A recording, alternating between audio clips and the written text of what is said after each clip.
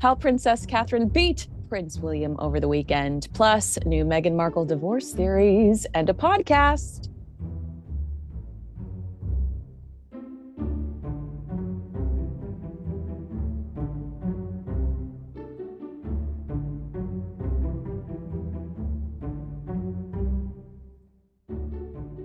Welcome to Heirs and Spares, the show that dives into the fascinating world of two of the most recognized royal couples from both sides of the Atlantic.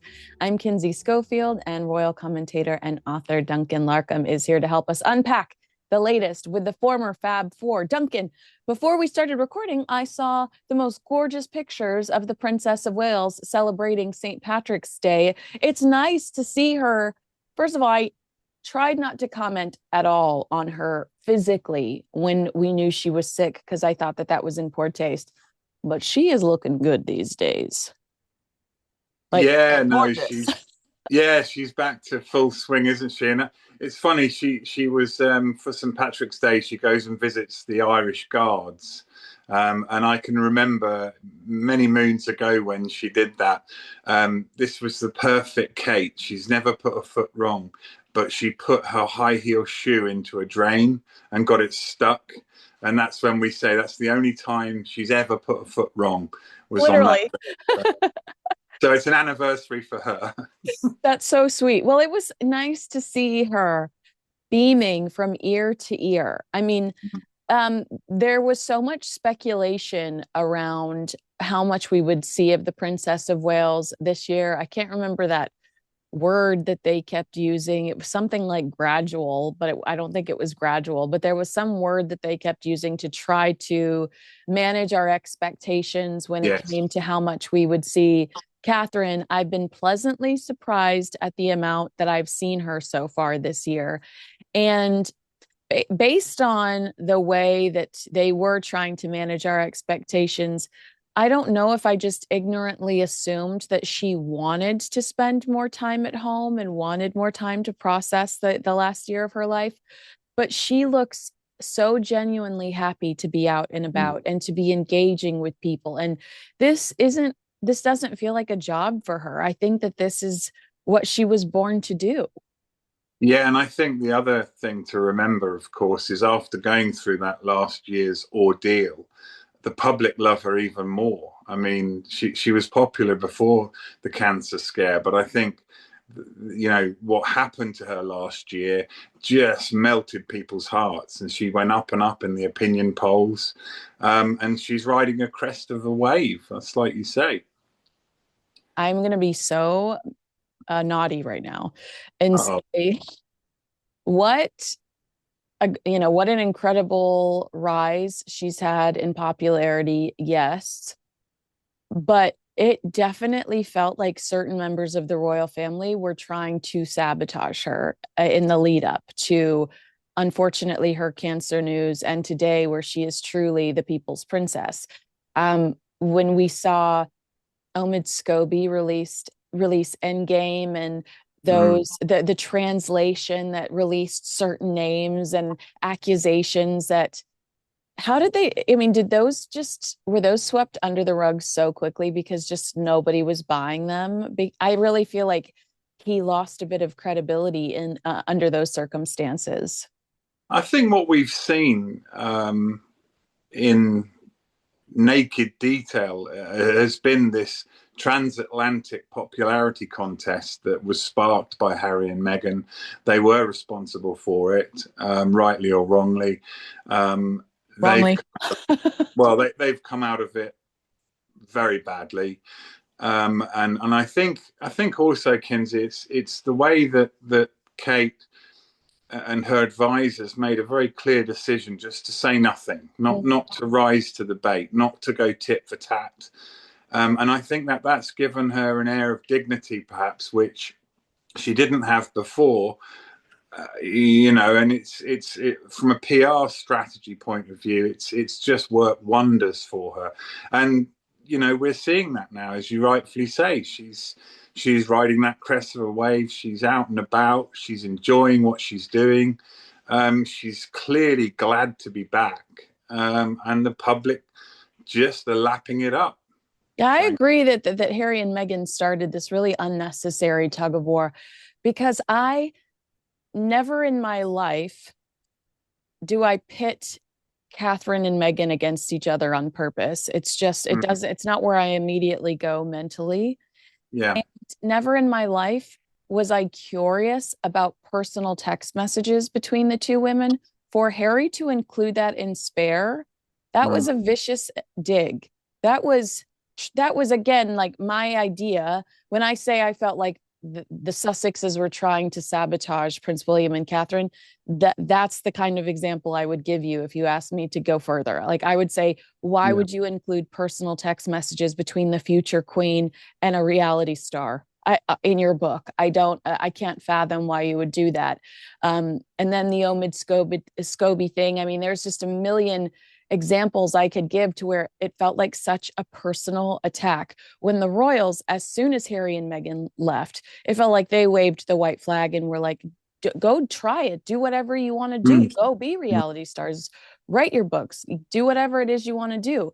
Mm. And you're right, there is so much dignity in the way that they have just stayed above the fray and not, I mean, there's a million things they could say. The fact that I know I get in trouble for bringing this up, but Meghan Markle is seen in episode 1 of the Beverly Hills 90210 reboot in some with her face in someone's lap. What are the odds that we never would have imagined that girl could marry a prince? Do you know what I mean? That footage exists. It's on Amazon Prime.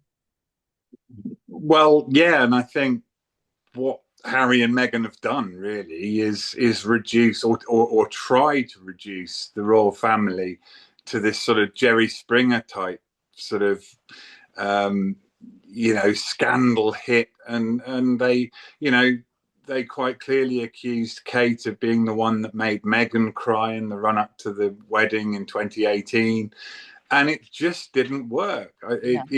It's just you only have to look at the opinion polls, and Harry and Meghan have got it spectacularly wrong, and they've been like elevators, elevators in popularity, moving, and Harry and Meghan have got it completely wrong, and William and Kate have played a total blinder, frankly. Yeah, it's been so fascinating to see it. One day in marketing and PR classes in colleges, they're going to study this scenario because there were people like me that sometimes would say, you can't be never complain, never explain anymore. Mm. Still, strategically, that has done them more good than it has harm in the last few years since Harry and Meghan stepped aside.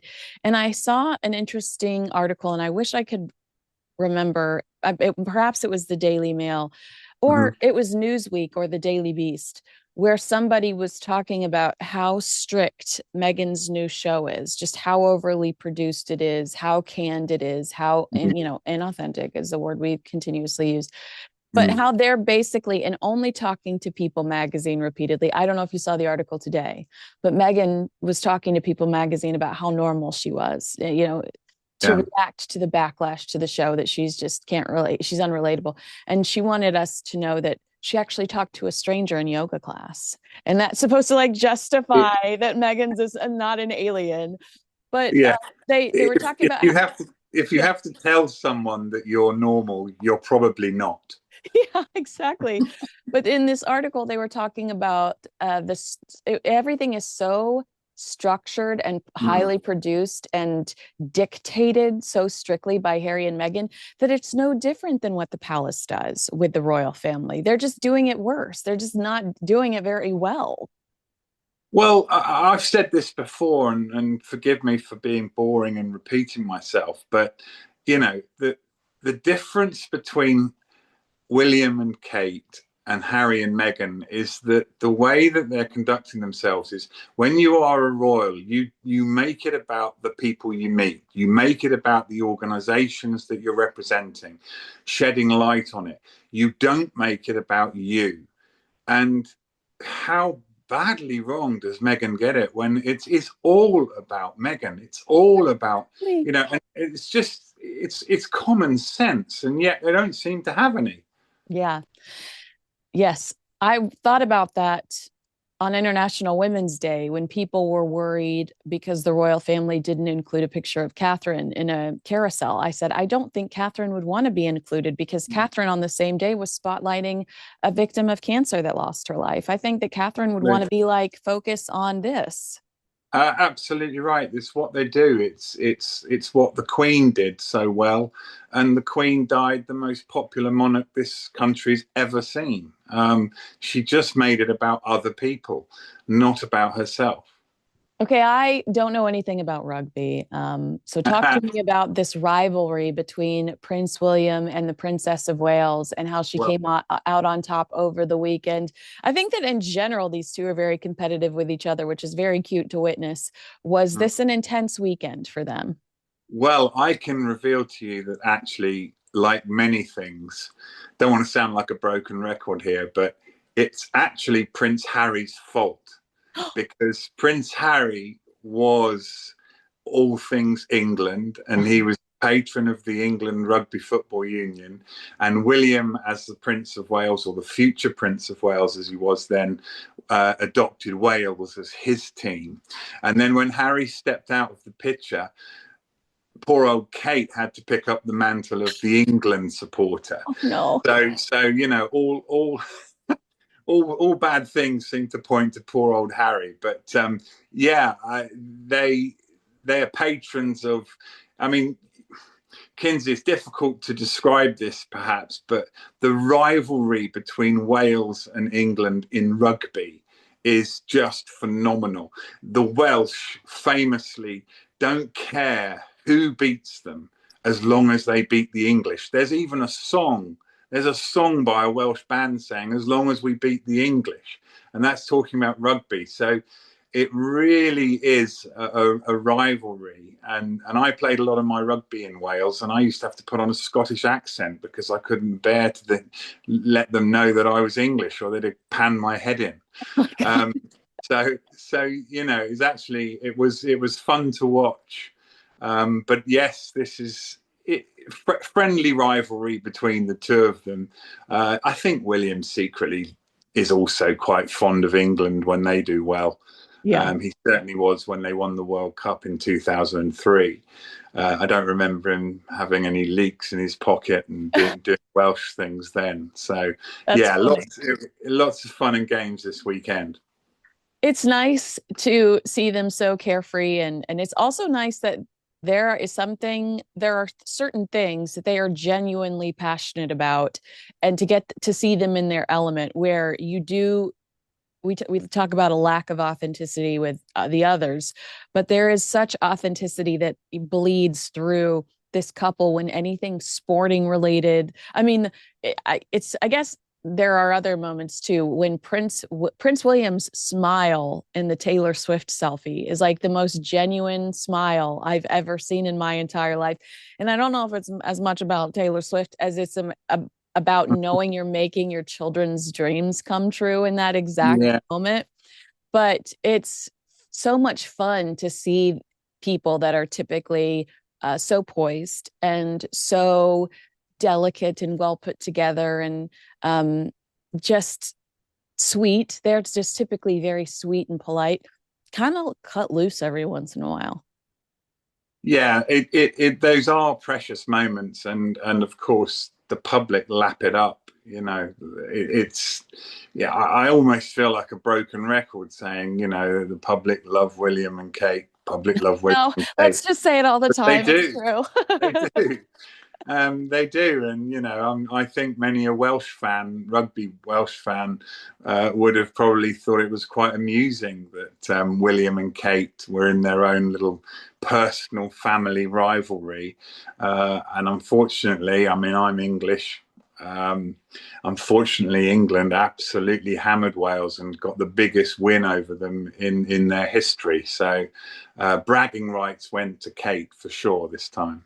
It's interesting because there were a couple of stories circulating over the weekend about the children's love for rugby as Mm, well. The princess apparently revealed recently that all of her children had fallen in love with the sport. They're all enjoying it, she explained. yeah, Louis enjoys it too. Apparently, George and Louis play sports, so their weekends are typically around bouncing to different games, which, yeah. stars just like us, except they're royalty.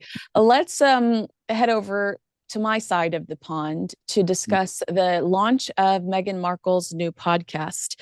From a strategy perspective, it feels slightly intentional that Meghan is getting absolutely destroyed when it comes to not only ratings, analytics, statistics that are saying this is a dud, but from people that have defended her in the past, put her on the cover of their magazines.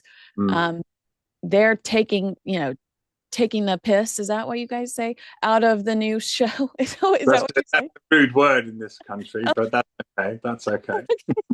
You said Taking it, not them me. out of Megan's new show. Mhm. And I just think that the fact that Meghan went, now we heard through sources that spoke to the Daily Mail and the Express that Meghan's announcement of season 2 was incredibly intentional to distract from the fact that the show was failing. But then the announcement of Yeah, Meghan's new podcast almost immediately after was almost, it felt to me like another, like, please stop talking about how bad my show is doing. yeah. I think that they announce that there would be a series two the day before the ratings came out for Netflix, which these things don't go unnoticed. And I mean, look, I want to like Meghan. I want to think she's the best thing that Harry could have ever had in his life. But when you watch those trite, I was very rude about them last time when I was on your podcast. I So I loved won't. every second of it. I loved every second of it. But I mean, it's past me the bucket stuff, and people see through that. The public aren't stupid, viewers aren't stupid. If something's so carefully orchestrated to try and create something out of which is so far away from reality, Yeah. um, you get caught out. And unfortunately, I think for Meghan, she's setting herself up for failure in many ways. And so the announcement of this latest venture, well, let's wait and see, but maybe more of the same. Yeah, because I guess it was coming out April 8th, so she had to do it sooner than later. But the first of all, the way that she just in 2 weeks, my Netflix show is coming out, which is basically what it was before it was pushed because of the LA fires. The way that she tries to hold things so close to her chest, I don't understand Mm. because it's a real it's completely opposite to what she typically does. For instance, she went on the, I don't know if you remember this. Remember the red carpet where some ladies like trying to push her down the red carpet, and it was Variety's Power of Women a few years ago. And she Yeah. said on that red carpet, we've got a lot of exciting projects coming up. Okay, it was literally a year at least until Polo came out. And I think that was the next project. And then With Love, Megan followed shortly after that. And we're still waiting for Meet Me at the Lake. But she either deep teases something beyond all comprehension, or she's just like, surprise, I have a show coming out in 2 weeks. And it's hard to understand what the strategy is behind that, except for the fact that she trusts no one. They trust no one in their orbit. And they know that everything they do is going to attract negative feedback. And Mm. if you're aware of that, then why make so many of the mistakes that they're making? For instance, I just received the paperwork that she submitted to trademark as ever, and she had forgotten to sign it yet again. And she forgot to sign the American Riviera Orchard paperwork. It's like these little errors that she keeps making. All eyeballs are on you. That's right, and it's not like they're short of an advisor or two. I mean, they are trying to surround themselves, or Meghan in particular, with top people that know what they're doing. But they seem to make these basic errors, and it looks. I'm not saying this is necessarily a fact. I don't know, but it looks as though Meghan she comes across as a control freak Yeah. who's not actually joining all the dots and crossing all the T's, actually isn't necessarily as brilliant as she might believe in her own world that she actually is. It does come across that way, and that's the show I would have watched. I think one of the reasons that We Love Meghan doesn't work is because it's so polar opposite of what the public perception of her is. And she and her friends will tell you that's the media narrative. I'm sorry, but I have judged you based on the Oprah Winfrey interview, Spare, and the Harry and Meghan documentary currently streaming on the same platform that you're trying to release this on. I'm not judging you based on any Daily Mail or Express article.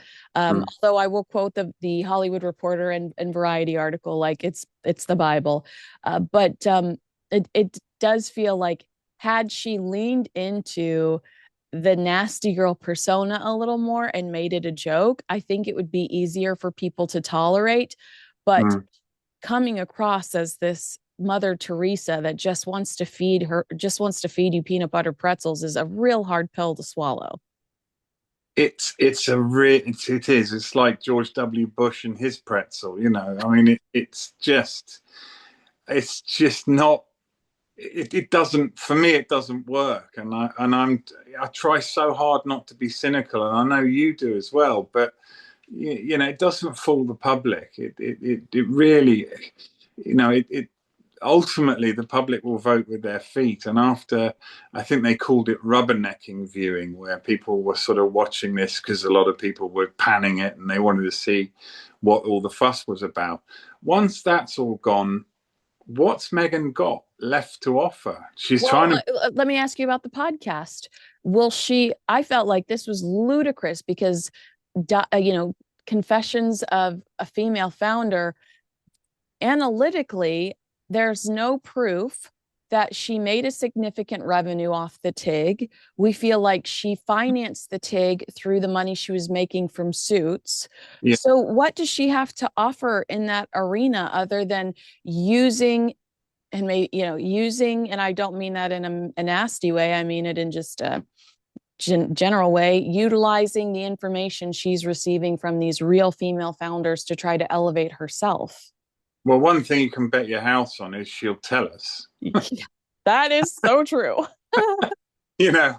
Whatever it is she thinks she's achieved, I'm sure we're going to find out all about it if we can bear to sit through it.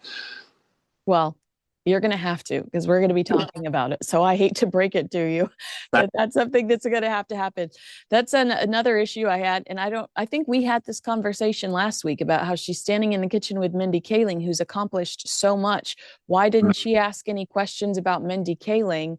And her success that she's had, because Mindy show's #1 on Netflix right now, the new Kate Hudson comedy that's absolutely great. If you haven't watched it, it's about a family that owns a basketball team in Los Angeles. And I just kept thinking, Meghan, you want to be Mindy Kaling. Why aren't you asking Mindy Kaling more questions about how she got where she got? Because Mindy Kaling started out at the bottom of the call sheet on The Office. And now is this, girl boss entrepreneur that has multiple successful shows on streaming platforms. And there was a very short period of time where we were briefed that Meghan and Harry just wanted to be producers behind the scenes. That was very short-lived, clearly, for Meghan. And I just thought, what a missed opportunity. I think Meghan has a hard time sincerely interviewing people and asking them about themselves without inserting so much of herself into the conversation, to the point where you're like, what did I just listen to? I tuned in to hear about Serena Williams. Yeah, it is a problem. I mean, the old expression, whoever coined it, some nasty person online saying "Megan," and it's Megan, Megan. What if I told you I coined that? Would they still Did be you? nasty? No, I didn't. I didn't. Ah, I was like, are we prejudging? No, you're absolutely right. I'm being a little harsh on her, and I'll say it. I'm being harsh on her, and I shouldn't be because anything she does that's in this entertainment space of bland and boring is a break that the royals get from the attacks that we were discussing earlier. So I hope she's a successful podcaster. I hope season 2 is better than season 1 of With Love Meghan, because if she can continue to grift in this space, then she's not attacking the Princess of Wales. And I didn't always feel this way. Duncan, I loved her. I still think she's one of the most beautiful women in the entire world, but not her heart. I think that her actions have been just so despicable, and I really resent the way she tweeted. I'm sure just there are a couple of ghost accounts, I'm sure, out there, but I loathe the way that she treated Queen Elizabeth towards the end of her life, yeah. and Prince Philip, because I don't think that they made their last few years, weeks and days and even hours comforting or comfortable. I mean, they were in the UK when Queen Elizabeth passed away, and I'm sure she was fearful of what they were saying or doing the entire time that they were there. Um, but I did love her, and I started out as such a fan, and I started out rooting for her. Mm. So did I. I thought that the arrival of somebody that was already famous in their own right was a perfect fit for Harry, and something that he'd never had in a relationship. He'd always met these women that suddenly were catapulted to global stardom against their will. And I thought Meghan, I thought it was some sort of genius move, and it's just sad it hasn't turned out like that. The Markle sparkle doesn't sparkle anymore, I don't think. I mean, in terms of what, if you go on any of these newspapers and look at what the normal individuals are writing about, with love from Meghan, it's hard to read. It's vicious. And It's did it not work really out because we have a sneaky suspicion that Meghan's intentions were always to pick up and leave and take advantage of this opportunity financially and for fame? well. It looked like that. The move to America, whatever they dressed it up as, it was obviously Meghan living out that dream that she's had since she was a little girl. Um, famous, wealthy, hobnobbing with other big Oprah. celebrities, Oprah. I mean, it's so difficult to draw any other conclusion. And again, I mean, I'm apologizing for laying the boot into her, but I said it to you before, and I'll say it again. Meghan grew up dreaming of being rich and famous. Harry grew up wishing that he wasn't rich or famous. And there's the rub. Yeah, I mean, I'm seeing more and more articles about how he's shrinking, and this new theory. This will be the last thing we talk about, and I'll let you go. I was going to mention Prince Harry's visa records, but by the time this airs, I think they'll already be out, so I won't waste your time with that. But I will ask you about this new theory that's being whispered about in Hollywood, that the $100 million contract, I never felt like it was worth that much. Vanity Fair says the same, that it's a significant amount, but not that significant, is not going to be renewed. But Netflix does plan on maintaining a relationship with Meghan. That's what the predictions are. Now, you could end it there and say, well, she clearly enjoys producing this content, being on air. So, yeah, you could maybe that's why they're going to maintain this relationship with her. But the whispers are that they want to maintain the relationship with Meghan in case there's a split. They want the exclusive, they want to pounce first. And that's why they will continue to maintain some sort of working relationship with Meghan and her As Ever brand, despite the fact that there's so much backlash. And again, statistically, analytically, the numbers don't add up. The return on investment is not there. Do you have an opinion about the Meghan divorce deal that they're talking about in Hollywood? Yeah, I'm always really quite Oh, careful. that's right. I forgot. You're so Yeah. sweet. Don't No, go there. I don't. I mean, I can talk about it, but I, I think when it comes down to a relationship between a husband and a wife, that's probably in the realm of real privacy, and I think even those two are entitled to that. But these whispers, these rumors, you don't know where they're coming from, and you just wonder where they're headed as a couple. Meghan's living out her dream, and Harry's stuck in his nightmare, Yeah. and that's how I see it. Now, I'm not saying that they don't work as a couple. I'm sure they do. I'm sure they're fine, but that's the reality of it. And anyone who's known Harry for as long as I have knows that that's absolutely the case. That's a very good point. Yeah, I don't think that they should expect anything less. I'm not saying they deserve it, but if I were in their position, I would expect these types of conversations based on how I know that Prince Harry wants to remember her as a saint, but Princess Diana was leaking like a faucet to all of her media friends every time things went south with Prince Charles at the time, now King Charles. She set the tone for this are they, aren't they, capturing the frown on her face at royal engagements and jumping in the car with Richard Kay and audio tapes to Andrew Morton. There were also whispers about Queen Elizabeth and Prince Philip that got no traction because that's just not the way you talked about the British royal family. And it was Princess Diana who kicked the door down and said, I want people talking about my marriage. I want to make things uncomfortable for my husband. Yeah, and we know with Diana there was all kinds of issues with her own paranoia, and it must have been very, very difficult for her, given that her husband, frankly, was in love with somebody else. As we know, she's our queen now. Mm-hmm.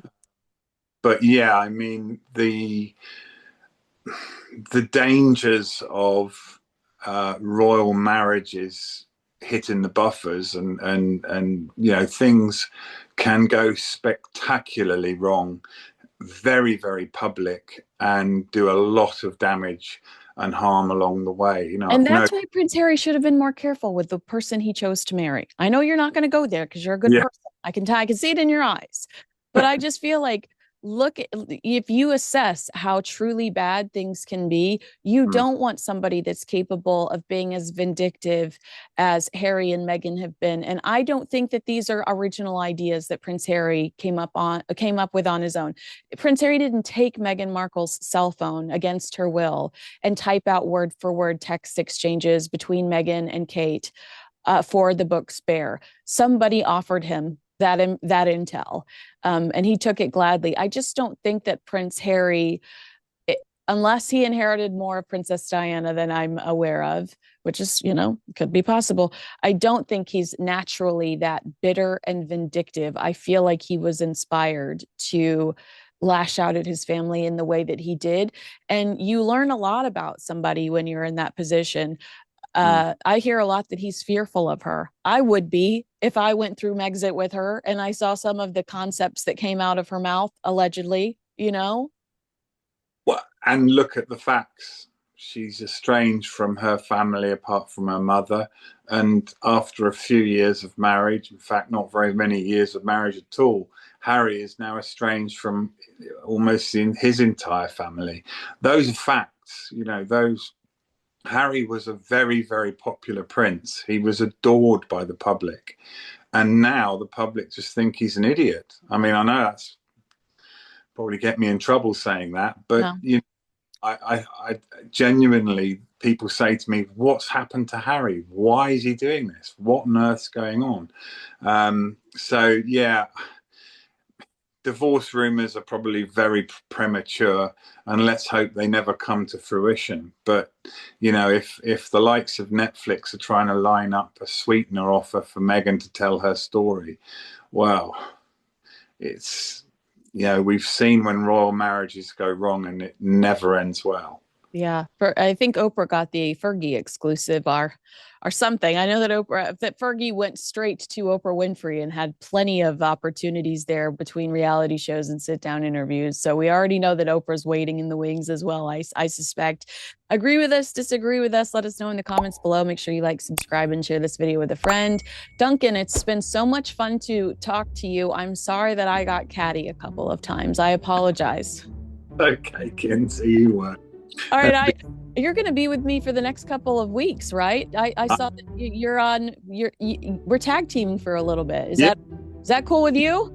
That's absolutely cool with me. I hope it's okay with your viewers. Oh my gosh, I know they're going to love it. I'm excited to see you again soon. Thanks so much for today, and I'll talk to you again very soon.